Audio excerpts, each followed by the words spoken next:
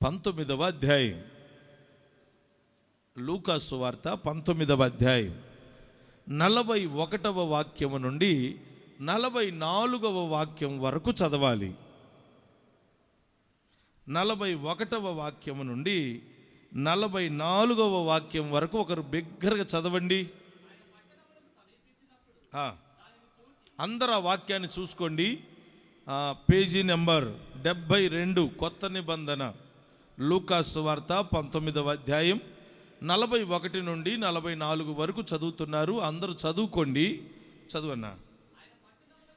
ఆయన పట్టణమునకు సమీపించినప్పుడు దానిని చూచి దాని విషయమై ఏడ్చి, నీవును ఈ దినమందైనను సమాధాన సంబంధమైన సంగతులను తెలుసుకొనిన ఎడల నీకెంతో మేలు, గాని ఇప్పుడవి నీ కన్నులకు మరుగు చేయబడి ఉన్నవి. ప్రభువు నిన్ను దర్శించిన కాలము నీవు ఎరుగకుంటివి గనుక నీ శత్రువులు నీ చుట్టూ గట్టుగట్టి ముట్టడి వేసి అన్ని ప్రక్కల నిన్ను అరికట్టి నీలోనున్న నీ పిల్లలతో కూడా నిన్ను నేల కలిపి నీలో రాతి మీద రాయి నిలిచి ఉండనీయని దినములు వచ్చునని చెప్పాను. స్తోత్రం చెప్పండి ఒకసారి గట్టిగా, హల్లెలూయా అనండి. బాగా జాగ్రత్తగా వినాలి మీరు ఈరోజు వాక్యం. దేవుని ఆశీర్వాదం మనం ఎలా పొందుకోవాలో ప్రభు మనతో మాట్లాడుతున్నాడు.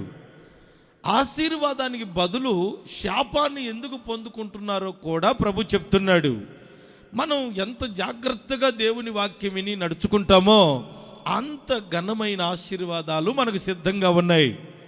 ఇక్కడ ప్రభు చెప్తున్న మాట ఏంటంటే, ప్రభు నిన్ను దర్శించిన కాలము నీవు ఎరుగకుంటివి, అందుకు నష్టపోయావు అన్నాడు. వినండి బాగా.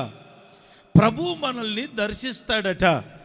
కీర్తనకారుడు 8వ కీర్తన 4వ చరణంలో ఏమని రాయబడిందంటే, మనుషుని జ్ఞాపకము చేసుకున్నట్టుకు ఏ పాటివాడు, నరపుత్రుని నువ్వు దర్శించుటకు. చూడండి, నరపుత్రులమైన మనల్ని దేవుడు దర్శించుటకు మనం ఏ పాటివారమండి? ఆయన మహాదేవుడు, నోటి మాటతో సర్వ సృష్టిని కలుగు చేసిన వాడు. నరమాత్రులు మనం, నీటి మీద బుడగలాంటి వారం. ఇంతటి బలహీనులమైన మనల్ని ఎందుకు దేవుడు దర్శిస్తున్నాడు? అదే అంటున్నాడు, నేను నిన్ను దర్శించిన కాలమున, నేను నిన్ను దర్శించిన సమయమున నీవు నన్ను ఎరుగకుంటివి అన్నాడు. అంటే దాని అర్థం ఏంటి? ప్రతి మనిషిని ప్రభు దర్శిస్తూనే ఉన్నాడు. చెయ్యి పైకెత్తి ఆమెన్ చెప్పండి. మొదట నా మాటనండి, మీ మనస్సును వాక్యం మీద పెట్టండి. ఆమెన్, హల్లెలూయా అనే పదాలు మీరు నిజముగా మనస్ఫూర్తిగా వాక్యం వింటుంటే ఖచ్చితంగా చెప్తారు. ఇదే నాకు గుర్తు. మీరు చెప్పట్లేదంటే మీరు ఏదో ఆలోచిస్తున్నారు, ఇట్టున్నారు కానీ ఏదో చింత చేస్తున్నారని అర్థం. మీ మనసును అటు ఇటు పోనివ్వకండి. ప్రభు మనందరితో మాట్లాడును గాక. హల్లెలూయా. ఆయన మనల్ని దర్శిస్తున్నాడట. ఆయన మనల్ని దర్శిస్తున్నాడన్న సంగతి మనకు తెలియట్లేదు. మనం ఎరుగకున్నాం, గుర్తుపట్టట్లేదు. కష్టాలు, ఇబ్బందులు, బాధలన్నిటినీ చూసి ఎప్పుడు చూసినా నాకు ఈ కష్టాలు, ఎప్పుడు చూసినా నాకు ఈ బాధలు, ఎప్పుడు చూసినా ఈ సమస్యలే, నా బ్రతికింతే, నేను ఇంతే అంటూ నువ్వు కనబడుతున్న కష్టాలను చూసి రోజు వేదన పడుతున్నావు. ఈ కష్టాలు నిన్ను ఎందుకు అలుముకుంటున్నాయి అంటే, ప్రతిరోజు ప్రతి క్షణం ప్రభు నిన్ను దర్శిస్తున్నాడట. ఆయన దర్శించినప్పుడు ఆ దర్శించిన సంగతి నువ్వు ఎరుగకున్నావట. ఆయన నువ్వు గుర్తుపట్టలేకపోతున్నావు కాబట్టి ఈ కష్టాలన్నీ నీకు ఎక్కువైపోతున్నాయి. మనని దేవుడు దర్శిస్తాడా అంటే ఖచ్చితంగా దర్శిస్తాడు. ఎందుకని? మనం ఆయన పోలికలో తయారు చేయబడిన వారం. ఆయన స్వరూపమందు, ఆయన పోలికలో మనందరినీ తయారు చేసుకున్న దేవుడు. అందుకే ప్రతిరోజు మనల్ని దర్శించుటకు ఆయన ఇష్టపడుతూ ఉన్నాడు. వీరు నా పిల్లలు, వాళ్ళు ఎలా ఉన్నారో చూడాలని వస్తాడు. మనకు కష్టాలు ఉన్నాయనుకోండి, కన్నీళ్ళ మధ్యలో ఉన్నామనుకోండి, ఇబ్బందులతో బాధల్లో ఉన్నామనుకోండి, నువ్వు మోకరించి ప్రార్థన చేస్తుంటయ్యా, నా పరిస్థితి ఇలా ఉంది, నేను నీ బిడ్డను కదయ్యా, నీ కుమార్తెను కదా, నీ కుమారుని కదా, నాకు ఒక కుటుంబాన్ని ఇచ్చావు, పిల్లల్ని ఇచ్చావు, భార్యనిచ్చావు, భర్తనిచ్చావు, మమ్మల్ని ఒక కుటుంబీకులుగా మార్చావు. మరి ఏంటి ప్రభా ఈ కష్టాలు, ఏమిటి అప్పులు, ఏమిటి వ్యాధులు, ఏమిటి సమస్యలు అని నువ్వు దేవుని సన్నిధిలో ఎప్పుడు ఆయన మీద మనసు కలిగి ఆయన సన్నిధిలో ప్రార్థన చేస్తూ ఆయన కొరకు ఎదురు చూసే వ్యక్తివైతే ఆయన తప్పక నిన్ను దర్శిస్తాడట. దర్శించినప్పుడు ఆయన నువ్వు ఎరిగి ఉందువుగాక. హల్లెలూయా అని చెప్పండి. ఆయన దర్శించినప్పుడు ఆయన నువ్వు గుర్తుపట్టడం నీ చేతనైతే నీ చరిత్ర మారిపోతుంది. నువ్వు ఆయన దర్శించిన, తప్పకుండా దర్శిస్తున్నాడు, కానీ నువ్వు గుర్తుపట్టట్లా. ఆయన్ను ఎరుగుకొన్నావు కాబట్టి ఇదిగో కష్టాల పాలైపోతున్నావు అన్నాడు. ఇప్పుడు మనం ఎరిగి ఉండాలి. ఆయన ఎవరైతే ఆయన దర్శించినప్పుడు ఎరిగి ఉంటారో, అంటే ఆయన గుర్తుపట్టగలుగుతారో, వారిని ఎలా ఆశీర్వదిస్తాడో తెలుసా? చదువుదాం బైబిల్ గ్రంథంలో నుండి యెషయా గ్రంథం 30వ అధ్యాయం 18వ వాక్యం చదువుదాం. 18వ వాక్యం 30వ అధ్యాయం యెషయా గ్రంథం 30వ అధ్యాయం 18వ వాక్యం చదువుదాం. నీ యందు దయచూపవలెనని యెహోవా ఆలస్యం చేయుచున్నాడు, మిమ్మల్ని కరుణింపవలెనని నిలవబడి ఉన్నాడు. దేవునికి స్తోత్రం చెప్పండి. చూడండి, నిన్ను దర్శించిన దేవుడు నిన్ను ఎరిగి ఉన్నాడట. ఆయన స్వహస్తాలతో చేసుకున్నాడు, ఆయన స్వరూపంలో చేసుకున్నాడు, ఆయన పోలికను మనకిచ్చాడు. అందుకే ఆయన మనల్ని ఎవరిని మర్చిపోవుటకు అన్యాయస్తుడు కాదు. పుట్టించావు కానీ విడిచిపెట్టేసావంటారు. తల్లిదండ్రులు చాలామంది పిల్లల్ని కంటారు, గాలికి వదిలేస్తూ ఉంటారు. అందుకే ప్రభు వాగ్దానం చేసాడు ఏమని? తల్లి మరచినా తండ్రి విడిచినా నేను నిన్ను మరవజాలను అన్నాడు. ఒకవేళ తల్లి అయినా నిన్ను మర్చిపోద్దేమో కానీ నేనెప్పుడు కూడా నిన్ను మరచిపోను అన్నాడు. అంటే ప్రతి క్షణం మనందరం ఆయన మనసులోనే ఉన్నాం. ఆయన దర్శిస్తూ ఉంటాడు. దర్శించినప్పుడు నువ్వు ఏ స్థితిలో ఉన్నావో, నీ పరిస్థితి ఎలా ఉన్నా సరే, ఆయన నువ్వు గుర్తుపడితే, ఆయన నువ్వు ఎరగగలిగితే, ఆయనట నీ మీద దయ చూపే దేవుడు. దేవునికి స్తోత్రం చెప్పండి. నీ మీద కనికరపడే దేవుడు అంట ఆయన. నీ మీద దయ చూపితే నీ పరిస్థితి ఎలా ఉంటుందా? బాగా అర్థం చేసుకోవాలి. ఇప్పుడు మనుషుల దయ కాదు మనం కోరుకోవాల్సింది. అప్పుడప్పుడు చూడండి, మన ముఖ్యమంత్రి గారు ఈ రూట్లో వెళ్తున్నాడు అని జనం తెలిసిందనుకో, పెద్ద పెద్ద ప్లకార్డులు పట్టుకొని వాటి మీద వాళ్ళ సమస్యలు రాసి వాటిని రోడ్డు పక్కన పట్టుకొని ఎత్తిపెట్టుంటారు. ఎందుకు? అయ్యా, మా సమస్యను చూసి ఒక్కసారి మా మీద దయ ఉంచి మా దగ్గరికి ఆగి మా దగ్గరికి వచ్చి మా సమస్యలు పరిష్కరించండి అయ్యా అని పెద్ద పెద్ద అట్టలకు కనిపించుకొని వారి సమస్యలు రాసి పేపర్లు పట్టుకొని ఉంటారు. తెలుసు కదా, చూశారా లేదా? ఆయన చూసుకుంటూ పోతుంటాడు. ఎవరి మీద అయితే దయ కలుగుతుందో, ఎవరి మీద ఆయనకు మనసు కలుగుతుందో అక్కడ కాన్వాయ్ ఆపుతాడు, కారు ఆపుతాడు. నెమ్మదిగా కారులో నుంచి దిగుతాడు, వారి దగ్గరికి వెళ్తాడు. పోలీసు వాళ్ళు రానివ్వరు కదా వాళ్ళని, వాళ్ళ దగ్గరికి ఆయనే వెళ్తాడు. వెళ్ళి వారి సమస్యను పరిష్కరించి వారికున్న సమస్యలన్నిటినీ వాటి విషయమై ఆయన పరిష్కరించి మంచి చేయడం మొదలు పెడతాడు. ఎవరో మనలో ఒకడు మనిషి, మనకన్నా ఉన్నతమైన స్థితిలో ఉన్న సీఎం గారు కానీ పిఎం వారు కానీ కానివ్వండి, మన ప్రధానమంత్రి కానివ్వండి, మన రాష్ట్రాన్ని పరిపాలించే ముఖ్యమంత్రి కానివ్వండి, వారి దయ కొరకే మనం ఎదురు చూస్తే ఎవరి మీద వారు దయ చూపుతూ వారి సమస్యలు తీసేస్తున్నారు కదా. ఇల్లు కావాలంటే ఇల్లు, ఉద్యోగం కావాలంటే ఏదో ఇస్తున్నారు దయ చూపడం వల్ల. మరి మన దేవుడు ఎవరో? ముఖ్యమంత్రిని సృష్టించిన వాడు కదా, ప్రధానమంత్రిని సృష్టించిన వాడు కదా, నిన్ను నన్ను ఈ లోకంలో ఉన్న మనుషులందరినీ తయారు చేసుకున్న చక్రవర్తి ఆయన. మరి ఆ దేవుని దయ నీ మీనికి దిగి వస్తే నువ్వు అలా ఉంటావా? నీ చరిత్ర ఇట్టుంటుందా? నీకు ఈ కష్టాలు ఉంటాయా? నువ్వు ఇలా ఇబ్బందికరంగా బాధకరంగా వ్యాధులతో అల్లాడిపోతూ మూలుగుతూ బతకవలసిన పరిస్థితులు ఏముంటాయి? ఆర్థిక ఇబ్బందులతో ఎప్పుడు చూసినా ఏముంది మా కాడ, ఏముంది అంటుంటారు. ఏముంది? ఏం కావాలి? నీకు సమస్తం ఇవ్వగలిగిన దేవుడు, ఆయన దయ నీ మీనికి వస్తే నీ చరిత్రను మార్చగలిగిన సమర్థుడు ఆయన. బిగ్గరగా చెప్పాలి హల్లెలూయా. అలాంటి దేవుని దయను మనం కోరుకోవాలి. నువ్వు ఎప్పుడైతే ఆయన దర్శించినప్పుడు ఆయన గుర్తుపడతావో దేవుని దయ నీ మీనికి వస్తుందట. ఆయన నిన్ను ఎరిగి ఉన్నాడు కాబట్టి నిలిచి ఉన్నాడట. నన్ను ఎప్పుడైతే వీళ్ళు గుర్తుపడతారో అప్పుడు మన మీద దయ చూపాలని, అప్పుడు మన మీద కనికరం చూపాలని. దేవుని కనికరం ఎంత గొప్పదో తెలుసా? ఎంత ఉన్నతమైందో తెలుసా? సమస్యలలో, కష్టాలలో, కన్నీళ్ళ మధ్యలో, వ్యాధులలో ఉన్నప్పుడు అయ్యా నన్ను కనికరించు బాబు అంటే ఖచ్చితంగా ఆయన కనికరం ఎవరి మీదకి వస్తుందో, ఎంత పెద్ద సమస్యలో ఉన్నా, డాక్టర్లకు అసాధ్యమైన వ్యాధుల్లో ఉన్నా వెంటనే నయమైపోతారు. అందుకే బైబిల్ గ్రంథంలో ఏమండి, పుట్టు గుడ్డివాడు ఒక రోజున అరుస్తున్నాడు. ఏమని? దావీదు కుమారుడా నన్ను కరుణించయ్యా. అంటే నీ కనికరం నా మీనికి రానివ్వయ్యా, ఒక్కసారి నన్ను కరుణించయ్యా అని అడిగిన గుడ్డివాడికి ఆ కేక విని ఆగిన దేవుడు వెంటనే కన్నులు తెరిచాడు. స్తోత్రంతో చెప్పాలి, గట్టిగా స్తోత్రం చెప్పాలి యేసయ్యకి.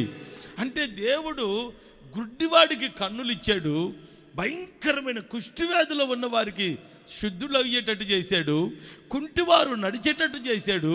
ఏమండి, ఏ చనిపోయిన వారి సైతం మరలా బ్రతికి బట్ట కట్టి బజార్లో తిరిగేటట్టు చేసిన దేవుడు. కొట్టొచ్చు కదా గట్టిగా చప్పట్లు, హల్లెలూయా అని చెప్పండి గట్టిగాను, హల్లెలూయా. దేవుని కనికరం ఎవరి మీదికి వస్తే వారున్న సమస్యలలో, వారున్న వ్యాధులలో, వారున్న కష్టాలలో వారిక ఉండరు. 12 ఏళ్ళ నుంచి రక్తస్రావంతో బాధపడుతుంది, వెళ్ళి అలా చొక్కా ముట్టుకుంది, అంతే ప్రభు కనికరం ఆమెను తాకింది. ఆమె రోగం చెప్పరేంటి, ఆమె రోగం నివారణ అయిపోయింది. డాక్టర్లకు అసాధ్యం అని చెప్పారు, కానీ దేవునికి అసాధ్యమైంది ఏమి? ఇప్పుడు నీ శరీరంలో వ్యాధులు ఉండొచ్చు, నీ కుటుంబంలో సమస్యలు ఉండొచ్చు, నీ ఒంట్లో మనశ్శాంతి లేకుండా బాధపడుతున్న పరిస్థితులు ఉండొచ్చు, ఎంత చేసినా కలిసి రావట్లేదని వ్యాధులు, ఏదైనా సరే దేవుని కనికరం నీ మీనికి దిగి వస్తుంది. ఆయన కనికరించాడనుకో, ఖచ్చితముగా నిశ్చయముగా మీ మీద కనికరపడిన దేవుడు విడిపించునుగాక. ఆయన ఇప్పుడు మన కొరకు నిలవబడి ఉన్నాడు. చెప్పండి, ఎట్టున్నాడు? ఎందుకు నిలబడి ఉన్నాడు? నేను మొన్న ఒక మీటింగ్కి పిలిచారు. ఆయన నన్ను ఎట్ట పిలిచాడంటే, ఆయన ఎవరో నాకు తెలియదు, ఆ పాస్టర్ గారు, నేనెవరో ఆయనకు తెలీదు మేమెవరమో. కాకపోతే యూట్యూబ్లో చూశాడట. ప్రతిరోజు వాక్యం, ప్రతి వారం శనివారం ఆదివారం వచ్చే వాక్యం ఖచ్చితంగా లైవ్ చూస్తాడంట, వాక్యం వింటాడట. నాకు ఫోన్లో చెప్పాడు, అయ్యా మీరెవరో నాకు తెలియదు, నేనెవరో మీకు తెలియదు, మాది పలానా ఊరు, ప్రతి వారం మీరు చెప్పే ప్రతి మెసేజ్ని, లైవ్లో వచ్చే ప్రతి వాక్యం నేను వింటానయ్యా. కాబట్టి మా మీటింగ్కి, మా కూడికకు నువ్వు తప్పనిసరిగా రావాలయ్యా అని పిలిచాడు. మొన్న మ్యారేజ్కి కూడా వెళ్ళాను. వెళితే ఆయన వెళ్ళి అందరూ వచ్చి, చాలామంది పాస్టర్లు వచ్చారు, ఒక 60-70 మంది పాస్టర్లు వచ్చారు. అందరూ వందనాలు చెబుతుంటే నేను వందనాలు, అందరూ మామూలే కదా అనుకున్నా, వందనాలు చెప్తున్నా కూర్చొని. వెంటనే ఆ పక్కనున్న పాస్టర్ గారు నా పక్కనున్న ఆయన అట్టని, నిన్ను పిలిచిన దైవజనుడు ఆయనే అన్నాడు.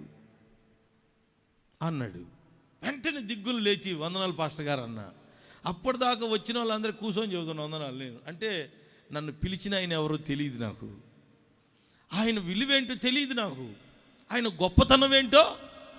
30 సంఘాలకు పెద్ద, 30 మంది సేవకులను నడిపించే కాపరి, గొప్ప సంఘం పరిచర్య, ఇంత ఉన్నటువంటి దైవజనుడు చూడటానికి సాదాసీదాగా ఉన్నాడు. ఆయన ఎవరో నేను ఎరుగకపోవడం వలన ఆయనకు నేను సరిగ్గా విలువ ఇవ్వలేకపోయాను.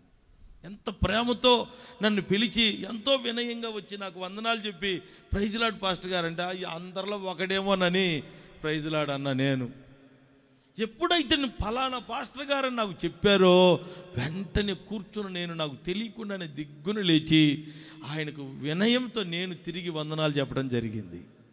ఇప్పుడు మీరందరూ ఆయన గుర్తుపట్టకపోవడం వలన ఆయన ఇక్కడ నిలిచి ఉన్నాడు. ఇప్పుడు ఎందుకు నిలిచి ఉన్నాడు? నీ యందు దయచూపవలెనని, నిన్ను కనికరించవలెనని, ఆయన నీ జీవితాన్ని ఆశీర్వాదకరముగా మార్చాలని. కష్టాలతో, వ్యాధులతో, సమస్యలతో వచ్చావు కదా, వచ్చిన నిన్ను అలా పంపించకుండా ఆశీర్వాదకరంగా మార్చాలని ఆయన నిలిచి ఉన్నాడు. ఆయన ఎవరో నువ్వు గుర్తుపట్టుంటే, ఆయన ఎవరో నీకు తెలిస్తే, ఆయన విలువేంటో నీకు అర్థమైతే నువ్వు అలా మౌనముగా కూర్చో. దేవుని స్తోత్రం చెప్పాలి. ఉసూరుమని ఉండనే ఉండవు, ఖాళీగా ఉండవు. ఆయన ఎవరో నువ్వు గుర్తుపట్టుదువుగాక. ఆయనను ఎప్పుడైతే ఎరిగి ఉంటావో ఆయన దయ నీ మీనికి దిగిరాబోతుంది, ఆయన కనికరం నీ మీనికి దిగిరాబోతుంది. ఇంకొక మాట చెప్పనా, ప్రతిరోజు ప్రభు మనల్ని కాపాడుతున్నాడా లేదా? అందరూ నోరు చెప్పాలి. మనల్ని కాపాడేది ఎవరో? మన చుట్టాలు కాదు, పోలీసు వారేమీ కాదు. ఏమండి, యేసయ్య కనుదృష్టి పరిధిలో మనం ఉన్నాం. కంటికి రెప్ప ఎంతగా అడ్డుగా ఉండి కాపాడుకుంటుందో కంటికి రెప్పల మనని కాపాడుకుంటున్నాడు. ఏమండి, వ్యాధులు ఎన్నో పొంచి ఉన్నాయి, ప్రమాదాలు ఎన్నో పొంచి ఉన్నాయి, సమస్యలు ఎన్నో పొంచి ఉన్నాయి. ఎన్ని వచ్చినా వాటన్నిటి నుండి తప్పిస్తూ ఈరోజు వరకు సజీవులుగా మనని కాపాడుకుంటున్నాడు. ఎంతమందికి తెలిసి ఈ సంగతి? అదిగో చాలామంది చేతులు ఎత్తలంటే మాకు తెలియదండి, ఎవరు కాపాడుతున్నారు, ఎవరికి తెలుసు అన్నట్టున్నారు. ఎవరు కాపాడుతారు, ఎవరికి తెలుసు అండి, మేమెందుకు ఎత్తుతాం చేతులు, మమ్మల్ని మేమే కాపాడుకుంటున్నాం అన్నట్టున్నారు. నేనైతే ప్రతి క్షణం నా తండ్రి నన్ను కాపాడుకుంటున్నాడు. హల్లెలూయా, హల్లెలూయా. ఎవరు కాపాడుతున్నారు? ఆ సంగతి నీకు అర్థమైతే మరలా ఆయన బాధ పెడతావా? ఆయన మాట వినకుండా తిరుగుతావా? ఆయనకు విరోధముగా కార్యాలు చేస్తావా? ఒక్కసారి ఆలోచించండి. నా ప్రభు కాపాడుతున్నాడు, నా ప్రభు నన్ను పోషిస్తున్నాడు. ఇప్పుడు గురక పని చేస్తున్నాడండి, దాన్ని ఏమంటారు, సెక్యూరిటీ పని. గేట్లో నిలబడాలి, వస్తూ ఉంటారు, పోతూ ఉంటారు. అక్కడ ఉండవలసిన వాడు అక్కడ ఉండకపోతే తర్వాత ఏం చేస్తాడు? యజమానుడు ఏం చేస్తాడండి? గేట్లో ఉన్నాడు వాచ్మెన్ డ్యూటీలోనే ఉండాలి. ఆ డ్యూటీలో నుంచి పక్కకి వెళ్ళిపోయాడు అనుకో, టీ తాగొద్దామని పోయానండి, చుట్టాలు వచ్చారు కలుద్దామని, ఫ్రెండ్స్ వచ్చారు పిలిచారు వెళ్ళి అంటే ఇంకొకసారి నిన్ను డ్యూటీలో పెడతాడా? చుట్టాలతో కలిసిపో బెదరు, మీ ఫ్రెండ్స్తో తిరిగిపోమంటాడు. నేను జీతం ఇస్తున్నాను, నేను ఉండమన్న స్థలంలో నువ్వు ఖచ్చితంగా ఉండాలి, నేను అప్పగించిన పని ఖచ్చితంగా నువ్వు చేయాలి అని మనం మనుషులమే ఇన్ని కండిషన్స్ పెడుతున్నాం. నీ కంటికి కనబడకుండా ప్రమాదాలను తప్పిస్తున్నాడు, అనుక్షణం పోషిస్తున్నాడు, కాపాడుకుంటున్నాడు, ఆరోగ్య ప్రదాతగా ఆరోగ్యం ఇస్తున్నాడు. ఇన్ని మేలులు చేస్తూ ఇంతగా నిన్ను నన్ను కాపాడుకుంటుంటే ఆ సంగతి నువ్వు ఏ రోజన్నా ఎరిగావా? ఏ రోజన్నా గుర్తుపట్టావా? గుర్తుపడితే ఆయనకు విరోధముగా అడుగులు వేస్తావా? గుర్తుపడితే ఆయనకు వ్యతిరేకంగా జీవిస్తావా? గుర్తుపడితే ఆయన బాధ పెట్టేటట్టు ప్రవర్తిస్తావా? ఒక్కసారి ఆలోచించండి. అందుకు ఈ నష్టాలన్నీ, అందుకే ఈ కష్టాలు, అందుకే వెంటాడుతున్న ఈ సమస్యలు. ఈరోజు మన మధ్యలో నిలిచి ఉన్నాడు ఆయన. ఎంతమంది మనోనేత్రాలు వెలిగించబడతాయో నిజముగా ప్రభువును గుర్తించుదురుగాక. గుర్తించినప్పుడు వెంటనే దేవుని దయ మన మీదకి వస్తుందట, ఆయన కనికరం మన మీదకి వస్తుందట. సంఖ్యలు తెగిపోయినట్టుగా నీ బంధకాలు, నీ సమస్యలు, నీ వ్యాధులు, నీ కష్టాలు, నీ వ్యతిరేకమైన పరిస్థితులు అన్నీ తొలగిపోయి ఆశీర్వాదకరముగా మార్చబడబోతున్నారు. గట్టిగా చప్పట్లు కొట్టి దేవుని స్తోత్రం చెప్పాలి. హల్లెలూయా. ద్వితీయోపదేశకాండం, దేవుడి ఆశీర్వాదం చూడండి, 30వ అధ్యాయం 3వ వాక్యం నుండి చదువుదాం. ద్వితీయోపదేశకాండం 30వ అధ్యాయం 3వ వాక్యం.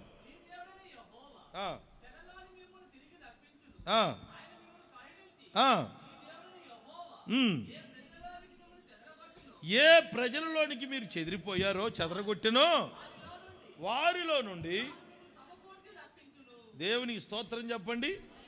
చూడండి, ప్రభు చెప్తున్నాడు, అక్కడ 3వ వాక్యం నుండి 5వ వాక్యం వరకు చదివితే ఎన్ని ఆశీర్వాదాలు ఉన్నాయో. ఒకప్పుడట మనం చూడండి, 3వ వాక్యం నేను చదువుతున్నాను. నీ దేవుడైన యెహోవా చెరలోని మిమ్మును తిరిగి రప్పించును అన్నాడు. అంటే దేవుణ్ణి మనం గుర్తుపట్టనప్పుడట చెరలోనికి వెళ్ళిపోయామట. ఏ చెర? అప్పుల చెర, అనారోగ్యం అని చెర, అసమాధానం అనే చెర, ఏదో ఒక జైలు అండి, అది ఏదో ఒక కష్టం. చెరలోనికి వెళ్ళిపోయాం. ఎందుకంటే ఆయన్ని మనం గుర్తుపట్టలేదు, ఆయన కనికరం మనం పొందట్లేదు, ప్రతిరోజు దేవుని దయ మన మీదకి రావట్లేదు. అందుకని చెరలో ఉండిపోయారు, కష్టాలు పడుతూ వేదన పడ్డారు.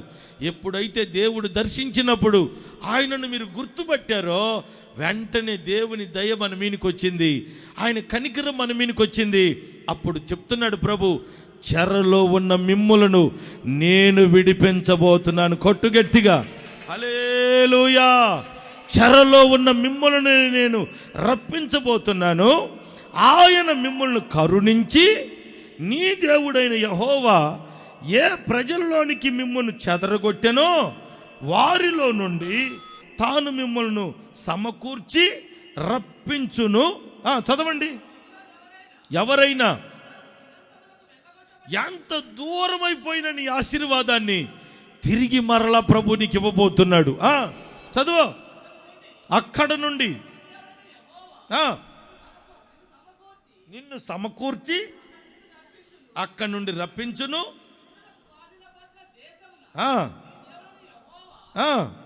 నిన్ను చేర్చును, స్వాధీనపరుచుకుంటావు. ఆయన నీకు మేలే చేస్తాడు. నీ పితరుల కంటే, ఇప్పుడు కొట్టండి గట్టిగా చప్పట్లు, హల్లెలూయా, నీ పితరుల కంటే మరి ఎక్కువగా మీరు విస్తరించుదురుగాక. ఈ విస్తరణ, ఈ ఆశీర్వాదం ఎప్పుడు దొరుకుతుందంటే మనము దేవుణ్ణి గట్టి చెప్పాలి. దేవుణ్ణి ఇంతకింటున్నారమ్మా, విన్నట్టే ఉన్నారు కదూ. ఎవరిని ఎరగాలి? ఎరిగినరా మీరు? హల్లెలూయా. ఎవరిని ఎరగాలి? మాట్లాడండి అమ్మా.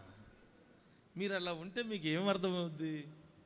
ఎన్ని సంవత్సరాలైనా వస్తున్నారు పోతున్నారు, అట్నే ఉంటున్నారు. అట్టు ఉండకూడదు, వినాలి, చెప్పాలి. ఎవరిని ఎరగాలి? దేవుణ్ణి ఎరిగి ఉండాలి. ఆయన్ని ఎరిగి ఉంటే ఆయన ఎవరో మనకు తెలుసు. ఆయన దర్శిస్తున్నాడు, మనకు అర్థమవుతుంది. నా ప్రభు నన్ను దర్శిస్తున్నాడు, నా ప్రభు నా కుటుంబాన్ని పోషిస్తున్నాడు, నా ప్రభు నాకు ఆరోగ్యం ఇస్తున్నాడు, నా ప్రభు నన్ను దర్శించినప్పుడు అంతా ఆయన కనికరపడి నా సమస్యలన్నీ తీసేస్తున్నాడు. అప్పుడు ఆయన అంటున్నాడు, ఏ చెరలో ఉన్నావో రప్పిస్తాను, నిన్ను మీద కనికరపడ్డాను. అందుకే నువ్వు ఏ కష్టాల్లో ఎంత దూరం అయిపోయిందో ఆశీర్వాదం తిరిగి మరలా నేను తీసుకురాబోతున్నాను. నిన్ను ఆశీర్వదిస్తాను, నీకు మేలు చేస్తాను. ఎంత గొప్ప మేలు అంటే మీ పితరుల కన్నా మీరు విస్తరించబడుదురుగాక.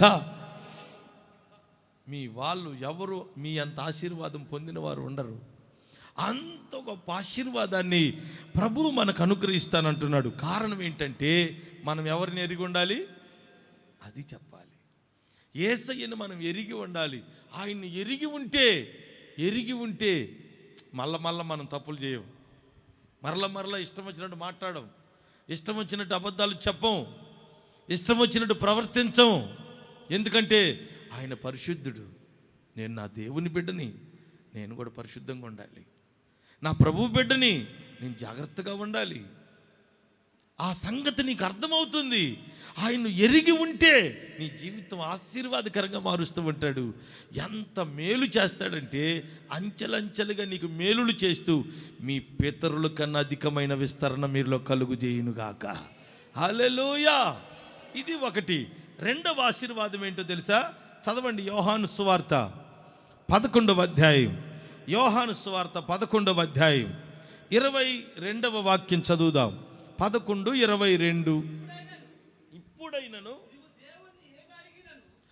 నీవు దేవుణ్ణి ఏమి అడిగినను నీకు అనుగ్రహించునని. ఆమెన్ చెప్పండి ఒకసారి.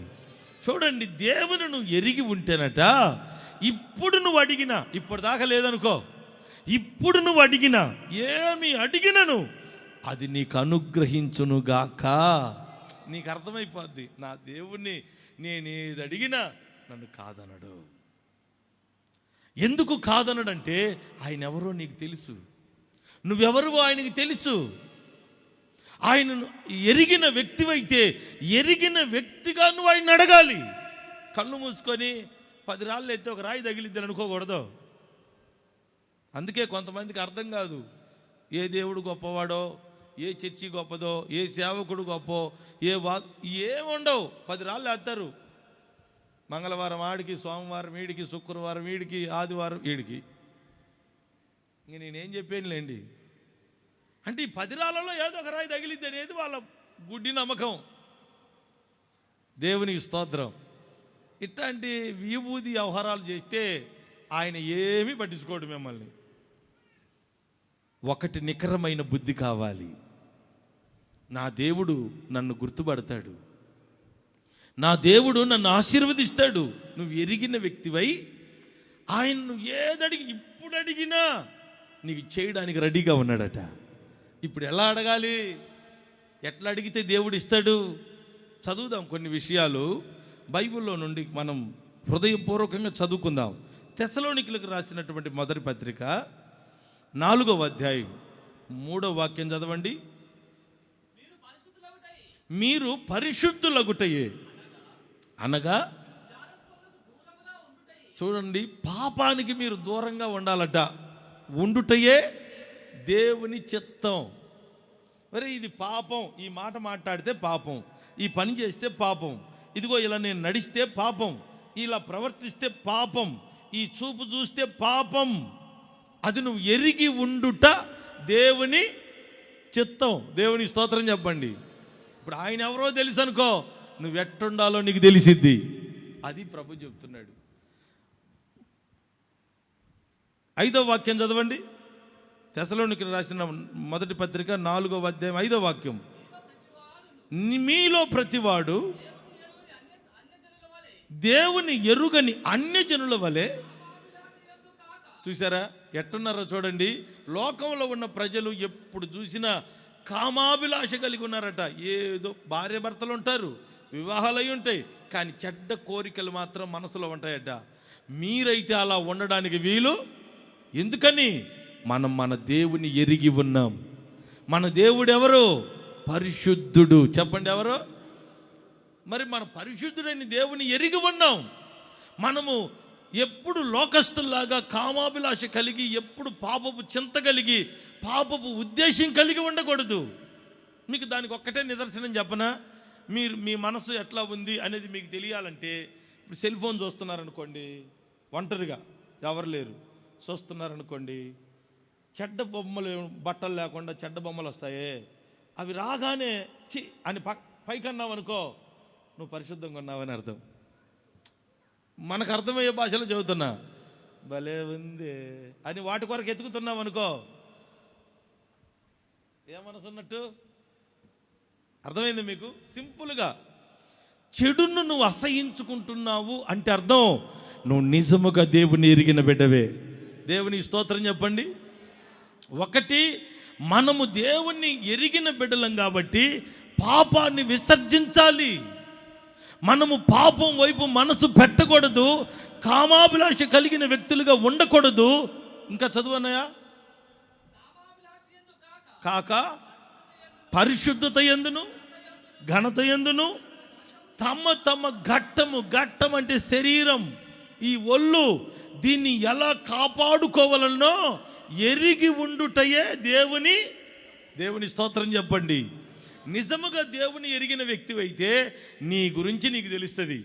నా శరీరమును పాపం చేత నేను నింపకూడదు, అపవిత్రతతో నింపకూడదు, పవిత్రత నేను కలిగి ఉండాలి, పరిశుద్ధత నేను కలిగి ఉండాలని నీ గురించి నువ్వు ఎరిగి ఉంటావట.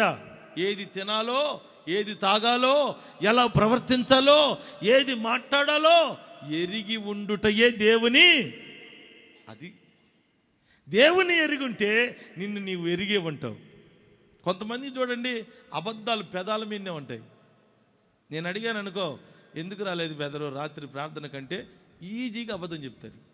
పాస్టర్ అన్న అని దేవునికే చెప్తారు. ఎన్ని బొంకుతారో ప్రభు దగ్గర. మరి నాకు చెప్పేది ఏముంది?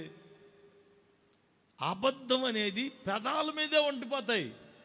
ఎంత మంచి భక్తుడు అనుకుంటున్నా అవి మాత్రం రెడీగా ఉంటాయి.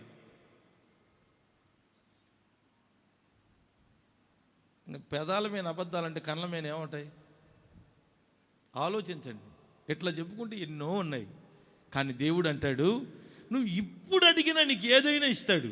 ఎట్లా అడగాలి? పరిశుద్ధముగా ఉండి అడగాలి. ఆమెను చెప్పండి. మన దేవుడు ఎవరో మనకు తెలిస్తే మనం ఎలా ఉండాలో మనకు తెలిసిద్ది. మనము పరిశుద్ధతను పవిత్రతను కోరుకుంటున్నాము అంటే అర్థం ఏంటి? మన దేవుణ్ణి మనం ఎరుగున్నామని అర్థం. దేవుని స్తోత్రం చెప్పండి. 5వ అధ్యాయం 16వ వాక్యం నుంచి చదవండి.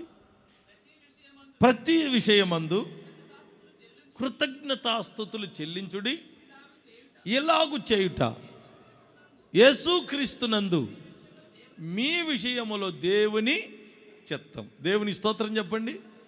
ప్రభు చిత్తం అంట. 1 పాపమును విసర్జించి, 2 పరిశుద్ధముగా నిన్ను నువ్వు కాపాడుకుంటూ దేవుని సన్నిధిలో ప్రతి విషయములో కృతజ్ఞతాస్తుతులు చెల్లించాలి.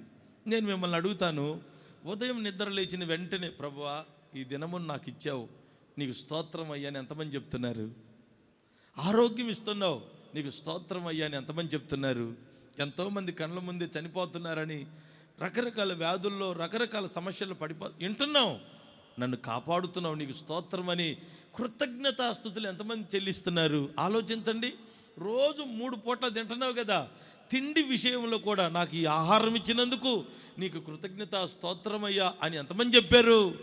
నీకు మంచి పిల్లల్ని ఇచ్చాడు, కుటుంబాన్ని, భర్తను, భార్యను, మంచి కుటుంబాలను ప్రభు మీకు ఇచ్చాడు. కుటుంబాలను బట్టి ఎంతమంది స్తోత్రాలు చెప్తున్నారు యేసయ్యకి?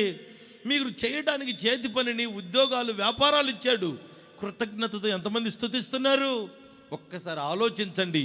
ప్రతి విషయములో యేసయ్యకి ఏం చేయాలట? కృతజ్ఞతాస్తుతులు చెల్లించాలి. ఇది దేవుని చిత్తం. పాపమును విడిచిపెట్టాలి, పవిత్రముగా నిన్ను కాపాడుకోవాలి, కృతజ్ఞతాస్తుతులు చెల్లిస్తూ ఉండాలి. ఇది ప్రభు చిత్తం. ఇవి నువ్వు చెయ్యాలి అంటే ఆయన ఎవరో నీకు తెలియాలి. దేవుని స్తోత్రం. ఆయన నువ్వు ఎరిగి ఉంటే ప్రతి విషయంలో నమ్మకంగా ఉంటావు. అసలు మందిరం మానవు ఆయన ఎవరో నీకు తెలిస్తే. ఎందుకంటే వారం అంతా కాపాడాడు. ఈరోజు నా దేవుని సన్నిధికి వెళ్ళకపోతే ఎలాగూ, నా ప్రభువుని స్తుతించకపోతే ఎట్లా? నా ప్రభు నాకు ఇంత కష్టపడి పని చేసుకుని ఆరోగ్యం ఇచ్చి చేతి నిండా పనిచ్చి నన్ను ఆశీర్వదించి పోషిస్తున్నాడే, నా దేవుడిచ్చిన దాంట్లో శ్రేష్టమైన దాన్ని, ప్రథమ ఫలం నా దేవునికి అర్పించకపోతే ఎట్లా? ఈ మనస్సు నీలో ఖచ్చితంగా ఉంటుంది. ఎప్పుడో తెలుసా? ఆయన ఎవరో నువ్వు గుర్తుపట్టినప్పుడు. దేవునికి స్తోత్రం చెప్పండి. హల్లెలూయా. మనము దేవుని సన్నిధిలో ఆయన హ్యాండ్ ఓవర్లో, ఆయన అండర్లో మనం నడవాలి. మీకు చిన్న సంగతి చెప్తాను. ఆ మధ్య ఏదో రాష్ట్రంలో మరి కలెక్టర్ గారు ఒక అతన్ని కొట్టాడట. ఏదో తప్పు చేశాడు అతను. కలెక్టర్ గారి కోపం వచ్చి గుయ్యమనిపించాడు. వాడు వెళ్ళి ముఖ్యమంత్రికి చెప్పాడు, ఆ రాష్ట్రం ముఖ్యమంత్రికి చెప్పాడు. చెప్తే కలెక్టర్ని పిలిచి, వీడెవడనుకుంటున్నావు? నా ముఖ్య అనుచరుడు, వీడిని కొట్టడానికి నీకు ఏ రైట్స్ ఉన్నాయి అని అతను సస్పెండ్ చేసాడు. తప్పు చేశాడు ఇతను, కొట్టాడు కలెక్టర్. ఏమీ తప్పు కాదు. కానీ సీఎం గారు ఉన్నారు చూడండి, ఇతను ఉద్యోగం నుంచి పీకేశాడు. ఎందుకని అంటే, నేను రూలింగ్లో ఉన్నంత కాలం, నేను నా పార్టీ, నా పదవి ఉన్నంత కాలం నా హ్యాండ్ ఓవర్లో నువ్వు వర్క్ చేయాలి. నా మనుషులు ఎవరో, నా పద్ధతులు ఏంటో నువ్వు తెలుసుకొని మా ఆలోచనలకు తగినట్టుగా నువ్వు నడవాలి. లేకపోతే మా కాలం ఉన్నంత వరకు నువ్వు ఉద్యోగంలో ఉండడానికి వీలు అన్నాడు. అంటే దాని అర్థం ఏంటి? ఇతను ఎలాంటి వాడో మనకు అనవసరం అండి. ఇప్పుడు మన వాళ్ళు చూడండి, కొంతమంది భోజనం వండి పెడుతుంటారు ఆ స్కూళ్ళలో చిన్నపిల్లలకు. ఆ పార్టీలో ఉన్నంతసేపు ఏమో వండి పెడతారు. పార్టీ మారిందనుకో, పదవులు మారుతాయి కదా, వేరే పార్టీ వచ్చిందనుకో, వీళ్ళని వీకేస్తారు, ఇంకొకరిని వాళ్ళ ఇష్టమైన వాళ్ళని పెట్టుకుంటారు. ఇప్పుడు మనం ఎల్లకాలం ఆశీర్వాదకరంగా ఉండాలంటే యేసయ్య పార్టీలోనే ఉండాలా. గట్టిగా చప్పట్లు కొట్టకూడదా? ఎవరి నడిపింపులో ఉండాలి? ఎవరి హ్యాండ్ ఓవర్లో ఉండాలి? చెప్పాలి గట్టిగా. నువ్వు అప్పుడప్పుడు యేసయ్య దగ్గర నుంచి అటుపోయావనుకో, ఎటు సాతాను గాడు గ్రూపులోకి పోయినావనుకో, ఈయన వీకేస్తాను నిన్ను. అటు నుంచి ఇటు వచ్చావనుకో, వాడు వీకేస్తాను నిన్ను. వాడు వీకేసినా పర్వాలే, మనం యేసయ్య గ్రూపులోనే ఉందుముగాక. గట్టిగా చెప్పండి. ఆయన నడిపింపులోనే మనం ఉందుముగాక. ఆయన అడుగు జాడల్లో మనము నడిపించబడుదుముగాక. ఏ డిపార్ట్మెంట్లో మనల్ని పెట్టాడో ఆ పనుల్లో, ఆ మార్గములో నమ్మకమైన బిడ్డలుగా నడిపించబడుదుముగాక. ఆయన మనసుకు నచ్చినట్టు మనం నడిచామా, మన జీవితం ఆశీర్వాదకరంగా మార్చబడిపోయింది. సమకూరుస్తాడు, ఆశీర్వదిస్తాడు, గొప్ప చేస్తాడు. ఎప్పుడు ఏది అడిగినా కాదు అండు.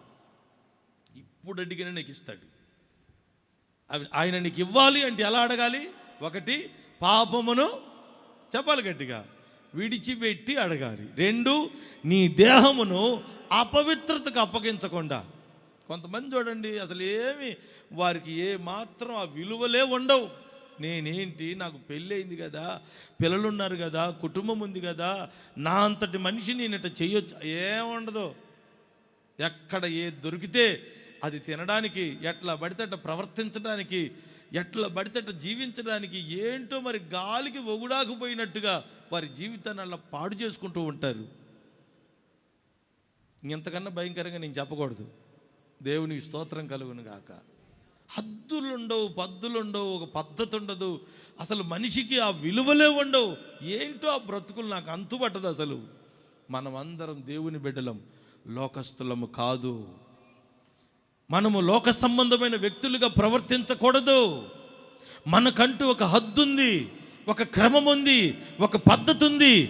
ఆయన నడిపింపులో, ఆయన పరిశుద్ధతలో మన జీవితాన్ని కాపాడుకుంటూ నడిపించబడుదుముగాక. మూడవది ఏంటంటే, ఎప్పుడు అన్ని విషయాల్లో కృతజ్ఞతాస్తుతులు చెల్లించే. ప్రభువా, నాకు నువ్వు ఇచ్చినందుకు స్తోత్రం అయ్యా. ఇట్లాగైనా నువ్వు ఉంటే ఇప్పుడు అడిగిన నీకు ఏమడిగితే అది ఇచ్చేస్తాడు. నమ్మకమైన వ్యక్తిని అధికారం వచ్చినప్పుడు, అయ్యా అతను చెప్పినట్టు నమ్మకంగా ఉన్నాడు అనుకో, ఒక 500 పెంచే జీతం అంటే పెంచడా? చెప్పరేంటండి? నువ్వు ఏది అడిగితే అది ఇస్తాడు. ఆయన దృష్టికి నువ్వు నమ్మకంగా కనబడాలి. ఆయన నువ్వు ఎరిగి ఉండాలి. అందరికీ తెలుసు యేసుప్రభు దేవుడని, కానీ ఆయన ఎలాంటి వాడో అది తెలియదు మనకి. అక్కడ దెబ్బతింటున్నాం. కాబట్టి మనం దేవుని సన్నిధిలో పవిత్రముగా మన జీవితాన్ని కాపాడుకుందుముగాక. హల్లెలూయా అని చెప్పండి. ఇంకా సంతోషంగా చెప్పాలి. ఇంకొక మాట చెప్పి నేను ముందుకెళ్తాను. కొలస్సీలకు రాసిన పత్రిక, చాలా విషయాలు ఉన్నాయిలే కానీ సమయం సరిపోదు, అందుకని కొంచెం అవుట్లైన్ చెప్పుకుంటూ వెళ్తాను. 3వ ఆశీర్వాదం చెప్తున్నా చూడండి. కొలస్సీలకు రాసిన పత్రిక 3వ అధ్యాయం 23వ వాక్యమును చదువుకుందాం. ప్రభు వలన స్వాస్థ్యమును ప్రతిఫలముగా పొందుదుమని ఏమి చేసినను మనుషుల నిమిత్తము కాక దేవుని నిమిత్తమని మనస్ఫూర్తిగా మనము చేయుదుముగాక. హల్లెలూయా అని చెప్పండి. ఇప్పుడు 3వ ఆశీర్వాదం చెప్తున్నాను. ప్రభు వలన స్వాస్థ్యము మనకు ప్రతిఫలముగా పొందుకుంటామంట. ఒకటి మీకేం చెప్పాను? ఆయన మన కొరకు నిలిచి ఉన్నాడట. ఎందుకు? నన్ను ఎరిగి ఉన్న వారికి నా దయను చూపించాలని, నా కనికరం వారి మీద చూపి వారిని ఆశీర్వదించాలని ఆయన నిలిచి ఉన్నాడట. ఎవరమైతే ఆయన్ని ఎరిగి ఉంటామో, 2వ ఆశీర్వాదం ఏంటంటే, ఏది అడిగినా, ఇప్పుడు నువ్వు అడిగినా వెంటనే నీకు అనుగ్రహించునుగాక. అది మూడవది. మూడవ ఆశీర్వాదం ఏంటంటే, మన కొరకు ప్రభువట ఒక మంచి స్వాస్థ్యమును సిద్ధపరిచాడట. ఈ స్వాస్థ్యమును మనకి ఇవ్వాలని ఆయన రెడీగా పెట్టాడట. దేవునికి స్తోత్రం చెప్పండి. ఎవరికి ఇస్తాడు స్వాస్థ్యమును? ఆయనను ఎరిగిన వారికి అనండి. నీ పక్క మనిషిని తట్టి, నువ్వు ఆయన ఎరిగి ఉంటే పరలోకం ఇస్తాడు అనండి. పక్క మనిషిని అట్ట తట్టి ఆయన అందరూ అందరూ అందరూ అందరు నా మాట వినండి. భాగ్యలక్ష్మి మాట్లాడుకోవాలా, మీరే అదిగా వెనకున్న కుంచెపల్లి వాళ్ళు మాట్లాడుకోవాలి. కొంచెం కుర్చీలో ఉన్నవారు కూడా ఆయన నువ్వు ఎరిగి ఉంటే పరలోకం ఇస్తాడు. 3 ఆశీర్వాదాలు. 1, దయ చూపిస్తాడు, కరుణ చూపిస్తాడు. ఎందుకు? నువ్వు ఏ పరిస్థితుల్లో ఉన్నా, ఎలాంటి కష్టాల్లో ఉన్నా వాటిని తప్పించి నిన్ను ఆశీర్వదించడానికి. 2, ఇప్పుడు నువ్వేది అడిగినా అది నీకు ఏది అవసరమో నాకు తెలీదు. ఇల్లు కావాలనో, ఉద్యోగం కావాలనో, ఏమండి ఇంకే ఆశీర్వాదం కావాలో నాకు తెలీదు. ఏది అడిగినా ఇప్పుడు నువ్వు ఆయన ఎరిగి ఉంటే ఇప్పుడు అడిగిన నువ్వు పొందుకొని వెళ్ళబోతున్నావు. దేవుని స్తోత్రం చెప్పండి గట్టిగా. మన మధ్యలో నిలిచి ఉన్నాడు ఆయన.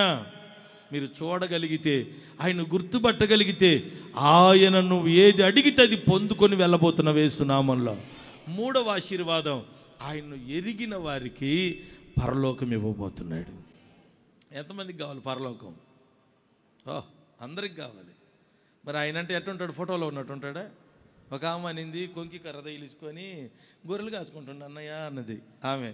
అంటే ఆమెకు గొర్రెలు కాసుకునే వాళ్ళలాగా కనపడతాడు ఎప్పుడు చూసినా. ఆయన మనుషులం గాయడు, మనని కాదు ఆయన కాసేది. ఎవరిని? ఆ గొర్రె నువ్వేనమ్మా. నేను కాదన్నయ్య అంటది. ఆ పిచ్చిదానికి అర్థం కాల. మనల్ని కాసే కాపరి ఆయన. దేవుని స్తోత్రం చెప్పండి. ఇప్పుడు ఆయన మనకు స్వాస్థ్యము దయచేస్తాడని మనం ఎరిగి ఉండాలి. ఆయన మనకు స్వాస్థ్యం ఇస్తాడు అంటే దాంట్లో 2 అర్థాలు ఉన్నాయి. 1 పరలోకం, 2 ఈ భూలోకంలో నువ్వు చేసిన దానికి ప్రతిఫలమే స్వాస్థ్యం. ఆమెను చెప్పాలి. ఇప్పుడు నీకు ఏమీ లేదండి, ఏమీ లేదు. ఏమీ లేనప్పుడు దేవుని సన్నిధిలో ఆయన మీద ప్రేమతో ఆయన వాక్యం విని పేదలకు దాన ధర్మాలు చేస్తున్నావు. నీకున్న దాంట్లోనే 100 రూపాయలు కూలి తెస్తే 10 రూపాయలు దాన ధర్మాలు చేస్తావు. నీకున్న బట్టల్లోనే ఒక జత దానం చేస్తావు. నీకు అంత అన్నం వండుకుంటే ఎవరన్నా అడుక్కునే వారు వస్తే అంత అన్నం పెడతావు. ఇట్లా మంచి పనులు చేస్తూ ప్రభువు మీద ప్రేమతో ఉండి కాదు నువ్వు చేసేది. ఆయన ఎవరో ఎరిగి ఉన్నావు, నన్ను ఆశీర్వదిస్తాడు, నాకు మేలు చేస్తాడు, పరలోకంలో స్వాస్థ్యం ఇస్తాడు, ఈ భూమి మీద నేను పేదరాల్ని, నన్ను ఆశీర్వదిస్తాడు అనే నమ్మకం ఉంది. అందుకు ఇవన్నీ చేస్తుంది. ఒక రోజున దేవాతి దేవుడు ఒకవేళ ఆమెకు అర్హత లేకపోయినా తన కుమారుణ్ణో తన కుమార్తె ద్వారానో గొప్ప దీవెన కుటుంబానికి ఇవ్వబోతూ ఉన్నాడు. దేవుని స్తోత్రం. మనం ఆయన ఎరిగిన వారమైతే మనుషుల కొరకు కాదు. ఇప్పుడు మనం చేసే పనులన్నీ ఎవరి కొరకు చేస్తున్నావు? మనుషుల కొరకే. ఒక కామ అంటది, ఎవరి కొరకు నువ్వు బ్రతుకుతున్నావు అంటే నా పిల్లల కోసం అన్నయ్య అంటుంటుంది. పిల్లల కోసమే బ్రతుకు, రేపు ఏడదన్నుతాడు వాడు. నిజం. ఎంతమంది ఏడుస్తున్నారు? కంటికి రెప్పలా కాపాడుకున్నారు, పోషించుకున్నారు, తినక పిల్లలకు పెట్టుకొని పెంచి పెద్ద చేసుకున్నారు, చదివించుకున్నారు. ఇప్పుడు ఆ పిల్లలే ఇంటికి ఏమయ్యారు? శత్రువులై కూర్చున్నారు. దేవుని నువ్వు ఎరిగి ఉంటే, ఆయన నిన్ను ఎరిగి ఉంటే, నువ్వు ఏది అడిగితే అది నీకు ఇస్తాడు, ఖచ్చితంగా ఇస్తాడు. మాకు యేసుప్రభు బాగా తెలుసు అన్న అనమాకండి. ఎట్ట ఎరిగి ఉండాలి? ఎరిగి ఉంటే పాపాన్ని విడిచిపెడతావు. ఎరిగి ఉంటే ఏం చేస్తావు? దేహాన్ని కాపాడుకుంటావు. నువ్వు ఎరిగిన వ్యక్తి అయితే నిజంగా ఏం చేస్తావు? ప్రతి విషయంలో కృతజ్ఞతాస్తుతులు చెల్లిస్తుంటావు. అప్పుడు నువ్వు ఏది అడిగితే అది నీకు దేవుడు ఇచ్చేస్తాడు. 3వది స్వాస్థ్యముగా ప్రభిస్తాడు. ఇంకొక చిన్న సంగతి చెప్తాను. సమరయ స్త్రీ బావి దగ్గరికి వచ్చింది. యేసు ప్రభు అక్కడ కూర్చొని ఉన్నాడు. నీళ్లు తోడుకుంటాండి. ఈ చరిత్ర అంతా మీకు బాగా తెలుసు. నీళ్ళు అడిగితే నీ భర్తను తీసుకురమ్మన్నాడు. ఇవన్నీ బాగానే జరిగాయి. అయితే ఉన్నట్టుండి ఆమె ఒక మాట అనింది, అయ్యా మాకు మెస్సయ్య అని ఆయన వస్తాడట, మా పితరులు పెద్దలు చెప్పారు, నేను విన్నాను. మెస్సయ్య వచ్చినప్పుడు ప్రతి విషయం మాకు విశదీకరిస్తాడట, మాకు క్షుణ్ణంగా తెలియపరుస్తాడట. ఆయన వచ్చినప్పుడు మాకు అన్నీ నేర్పిస్తాడు. ఆయన కొరకు మేము ఎదురు చూస్తున్నామనింది. వెంటనే యేసుప్రభు ఏమన్నాడంటే, మీరు ఎదురు చూస్తున్న మెస్సయ్యను నేనే, కొట్టచ్చు కదా. హల్లెలూయా అని చెప్పండి. ప్రభు చెప్పాడు, మీరు ఎదురు చూస్తున్న మెస్సయ్య నేనే. ఎప్పుడైతే ఆ మాట అన్నాడో ఆమె చరిత్ర ఎట్ట మారిందో తెలుసా? అప్పటి వరకు నీ భర్తను తీసుకురా పొమ్మంటే ఏమనింది? నాకు భర్తే లేడనింది. యేసుప్రభు డైరెక్ట్గా చెప్పాడు, 5 నీ వాళ్ళు కాదు, ఇప్పటిదాకా 5 ఉన్నారు, ఇప్పుడు 6వ వాడు ఒకడు ఉన్నాడు నీతో, వాడు కూడా అంటే 6 కొంపలు కూల్చింది. ఎన్ని కూల్చిందో మనకు తెలియదు, అఫీషియల్గా 6. ఇప్పుడు ఉన్నవాడు కూడా నీ వాడు కాదు. ఇంత భయంకరమైన చెడ్డ బుద్ధి కలిగిన మనిషి ఎప్పుడైతే ప్రభువును కనుగొనిందో వెంటనే తన పాప జీవితాన్ని విడిచిపెట్టింది. కొట్టాలి గట్టిగా, హల్లెలూయా. మనసు వెంటనే మార్చుకుంటుంది. ఇప్పటి వరకు దేవుణ్ణి నేను గుర్తుపట్టలేదయ్యా, నేను చేసినవన్నీ నాతో చెప్పినవాడు మా మెస్సయ్య అని నాకు అర్థమైంది, ఇక నా పాపములు విడిచిపెట్టేస్తున్నానని కొండను విడిచిపెట్టి తన బ్రతుకును మార్చుకొని పాపాన్ని విడిచిపెట్టిన మనిషి గ్రామంలోనికి పరిగెత్తుకుంటూ వెళితే గ్రామం అంతా పరిగెత్తుకుంటూ యేసు ప్రభు దగ్గరికి వచ్చారు. దేవునికి స్తోత్రం కలుగునుగాక. ఆయన ఎరుగటం అంటే జీవితంలో ఉన్న ఆ శాపాన్ని విడిచిపెట్టేయాలి. ప్రభువు నమ్ముకొని కూడా తప్పులు చేస్తూనే ఉన్నామంటే దాని అర్థం ఏంటి? ఇంకా భయంకరమైన విషయాలు ఒక 2-3 చెప్తా ఇప్పుడు మీకు. ఆయన ఎరిగాము అనుకునేవారు ఎరిగున్నారో లేదో కూడా మీకు అర్థం అవ్వాలి. ఆయన మనం ఎరుగకపోతే జరిగే ప్రమాదాలు ఏంటో చెప్తా చూడండి. చదవండి, తిమోతికి రాసిన 2వ పత్రిక 2వ అధ్యాయం 12వ వాక్యం చదువుదాం. 2వ పత్రిక 2వ అధ్యాయం 12వ వాక్యం. సహించిన వారమైతే ఆయనతో కూడా ఏలుబడి చేద్దుము,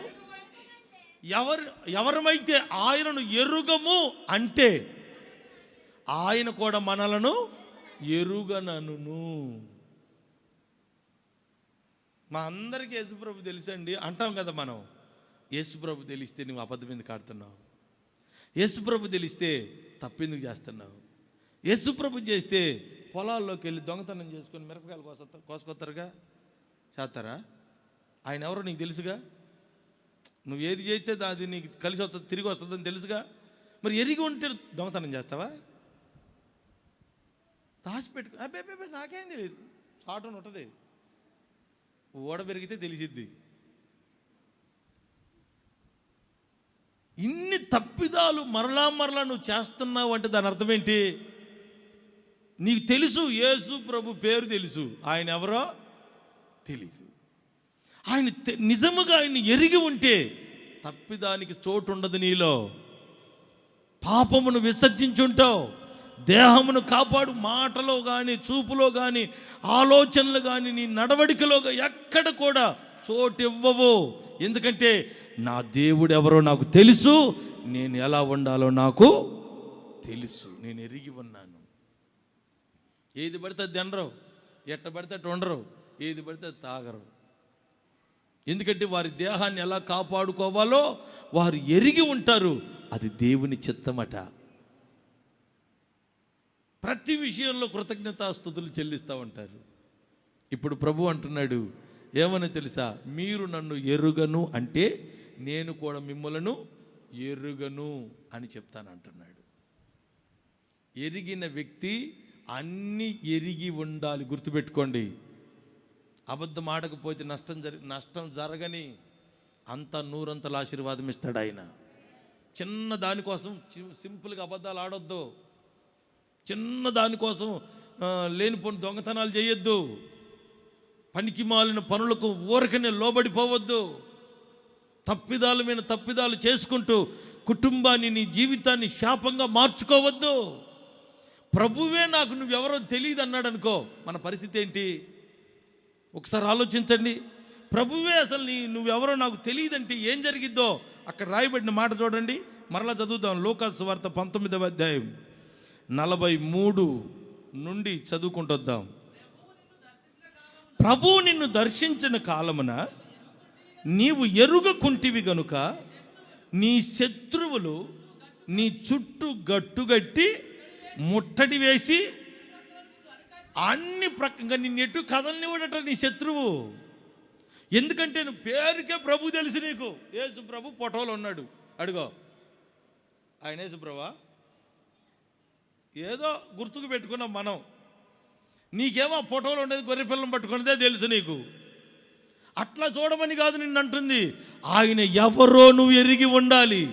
ఆయన పరిశుద్ధుడు, ఆయన మన కొరకు ఏమైనా చేయుటకు సమర్థుడు, శక్తి కలిగిన దేవుడు.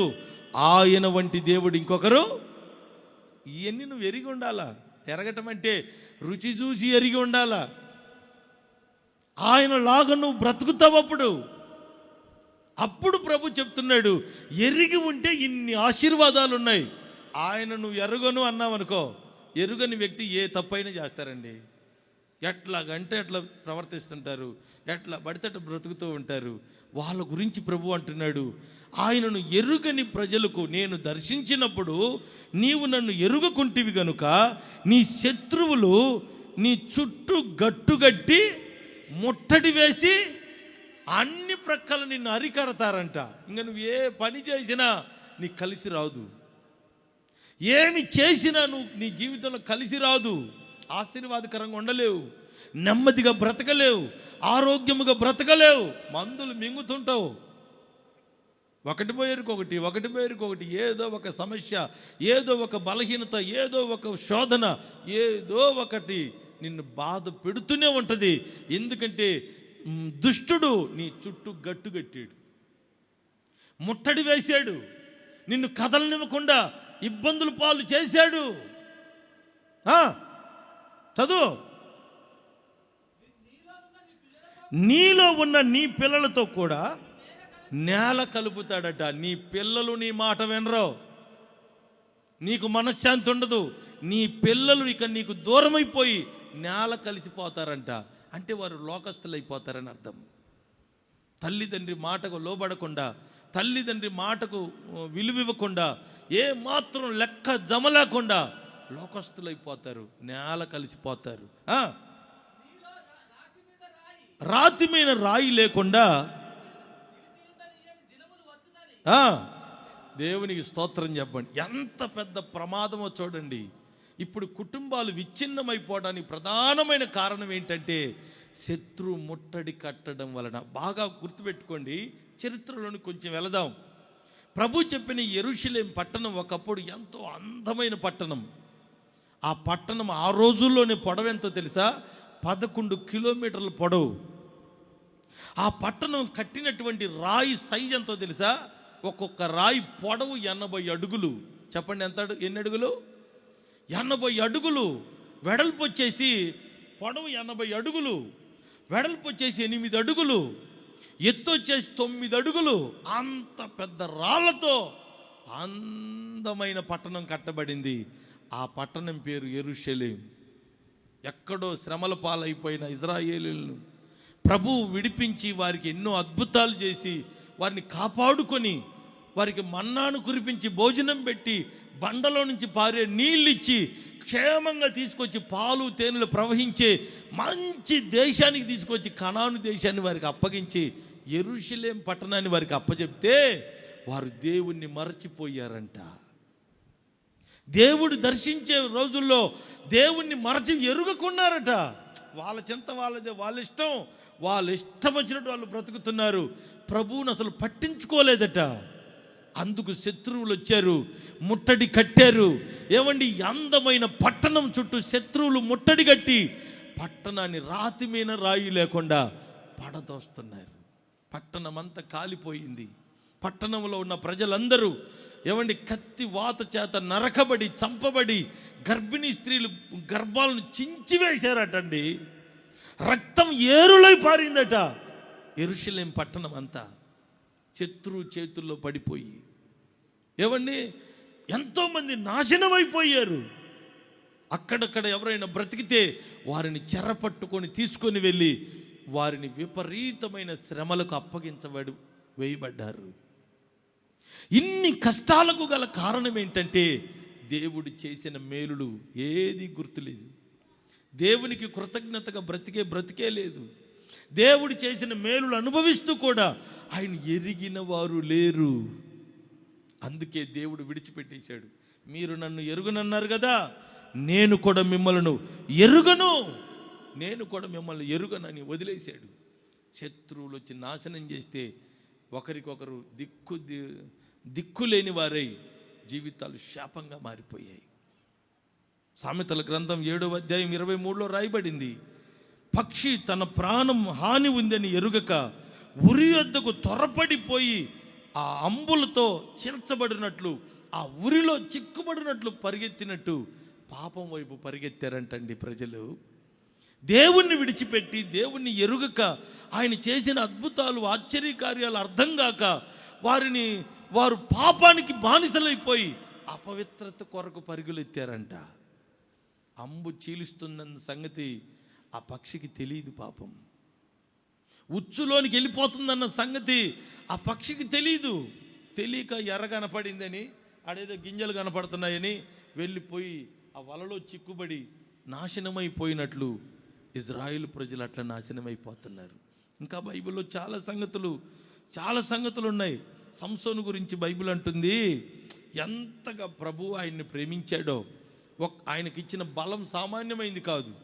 1000 మంది సర్దారులను ఒక్క దవడ ఎముకతో, గాడిద చచ్చాడబడి ఉంటే ఆ పచ్చి దవడ ఎముక చేత పట్టుకొని, ఏ ఆయుధము లేకుండా అదే ఆయుధంగా మార్చుకొని 1000 మందిని చంపాడు.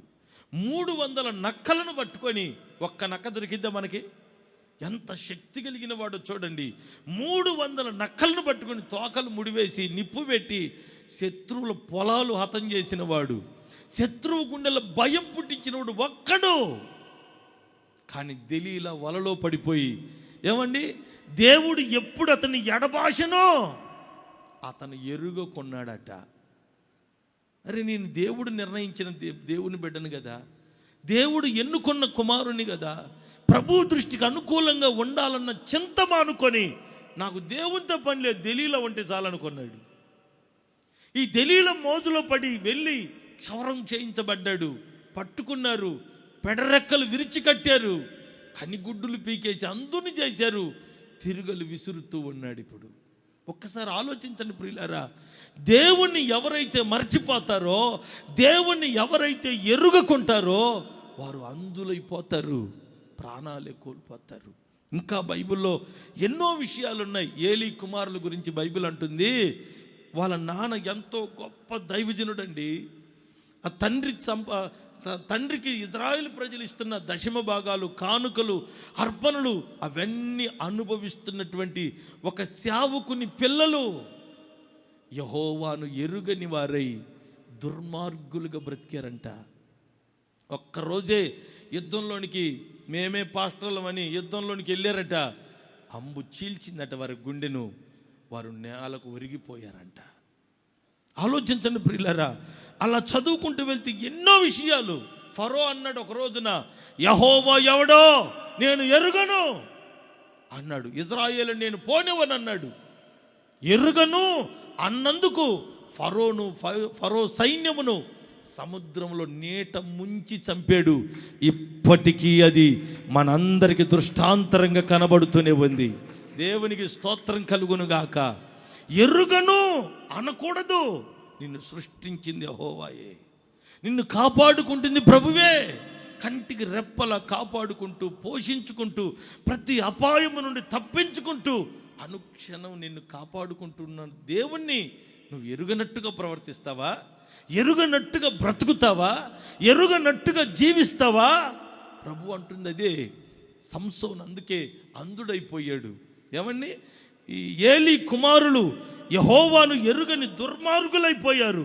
ఫరో నేను యెహోవాను ఎరుగను, యెహోవా ఎవడో నాకు తెలియదు అన్నాడు.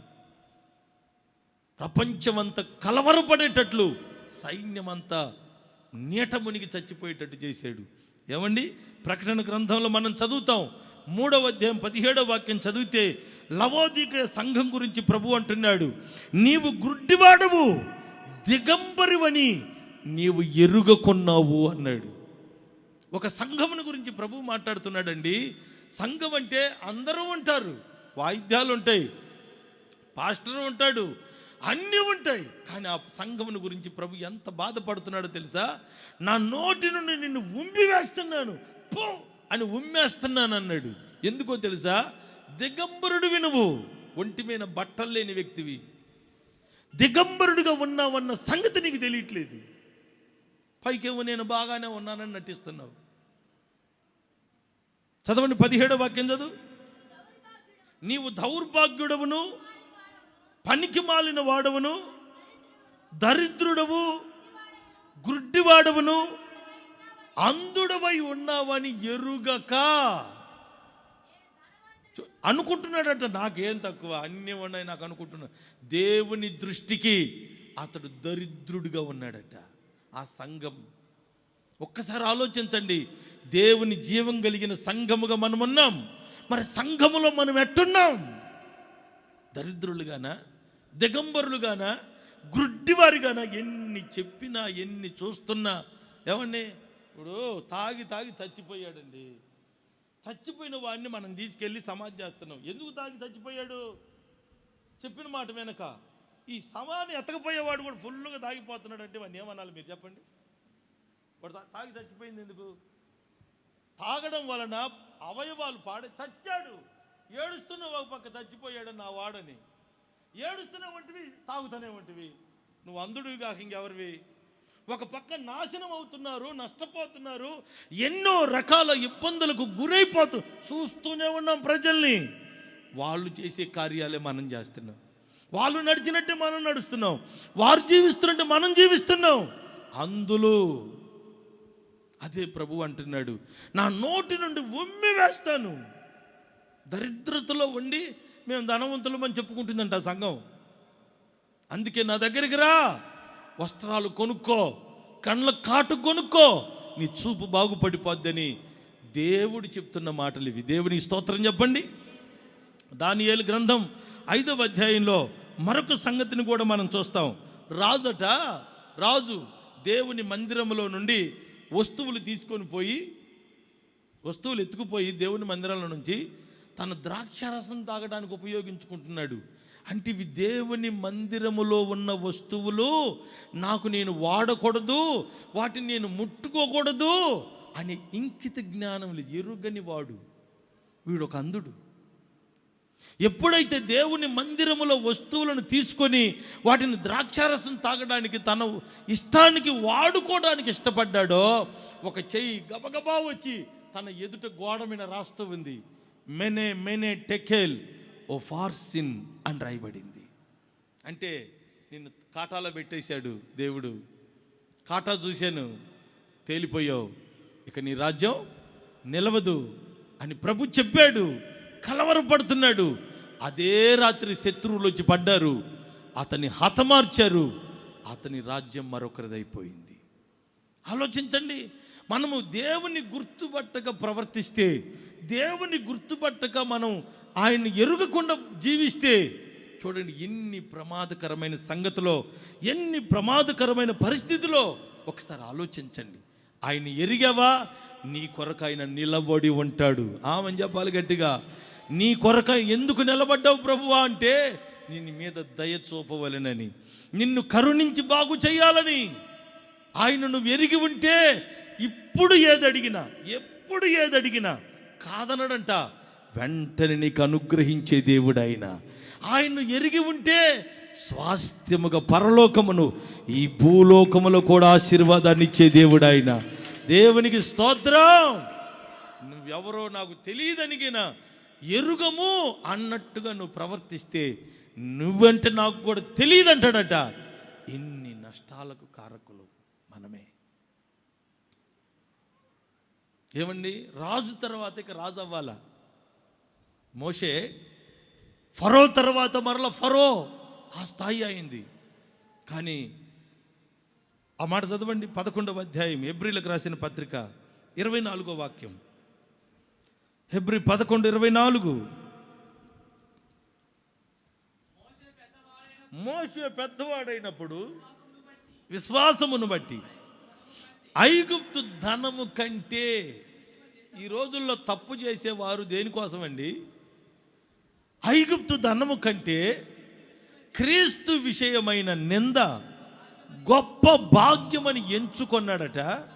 అల్పకాల పాప భోగములు అనుభవించుట కంటే దేవుని ప్రజలతో శ్రమ అనుభవించుట మేలనుకున్నాడంట.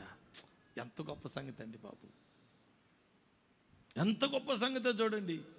రాజు తర్వాత రాజు, కానీ అల్పకాల పాపభోగాలు నాకొద్దు, నా దేవుని ప్రజలతో శ్రమ అనుభవించుట నాకు మేలు. ఎందుకంటే దేవుడు అనుగ్రహించబో బహుమానం మీద దేవుని ఎంత ఎరిగి ఉన్నాడండి. మనకు బైబిల్ ఒక పక్క, 10 లక్షల డబ్బులు ఒక పక్క పెట్టి నీకు ఏది కావాలో కోరుకో అంటే ఏం తీసుకుంటామంటారు? ఆలోచించండి ఒకసారి. రాజరికం ఒక పక్క, సింహాసనం ఉంది, ఒక పక్క కష్టాలు ఉన్నాయి. ఏది కావాలి నీకంటే అల్పకాల పాప భోగాల కన్నా, ఈ కుర్చీ కన్నా, ఈ రాజరికానికన్నా, ఈ సుఖభోగాల కన్నా నా దేవుని ప్రజలతో శ్రమ అనుభవించుట నాకు మేలు. దేవుని స్తోత్రం చెప్పండి. ఎందుకయ్యా ఇంత శ్రమకు అప్పగించుకుంటున్నావు? అంత ఆశీర్వాదకరమైన జీవితాన్ని ఎందుకు వద్దనుకున్నావు? దేవుడిచ్చే బహుమానం యుగ యుగాలు నాకు ఉండబోతూ ఉంది. అది కావాలి నాకు. కొంతకాలం పరిపాలించే రాజ్యం నాకెందుకు? ఒక్కసారి ఆలోచించండి ప్రియులారా. మనం నిజముగా దేవుణ్ణి ఎరిగి ఉన్నామా? ఎరిగి ఉంటే నువ్వు ఎలా ఉన్నావు? నీ దేహాన్ని కాపాడుకుంటున్నావా? నీ పాపమును విడిచిపెట్టగలిగావా? ప్రతి విషయంలో కృతజ్ఞతాస్తుతులు చెల్లించగలుగుతున్నావా? ఆలోచించండి ఒక్కసారి. మాకు యేసుప్రభు తెలుసు కానీ మా పని మాదే అన్నట్టున్నామా? ఎవరిని విడిచిపెట్టేవాడు కాదు ఆయన. అందుకనే భయభక్తులు కలిగిన వారమై పశ్చాత్తాపంతో ఆయన ఎవరో నువ్వు గుర్తుపట్టగలిగితే ఇప్పుడు నువ్వు అడిగిన వెంటనే నీ కార్యాలు చేయబోతూ ఉన్నాడు. ఇక్కడ మన కొరకు నిలిచి ఉన్నాడు. నిన్ను కరుణించవలెనని, దయ చూపించవలెనని. మోకరిద్దాం అందరం. అందరూ మోకాళ్ళ మీదకి రండి.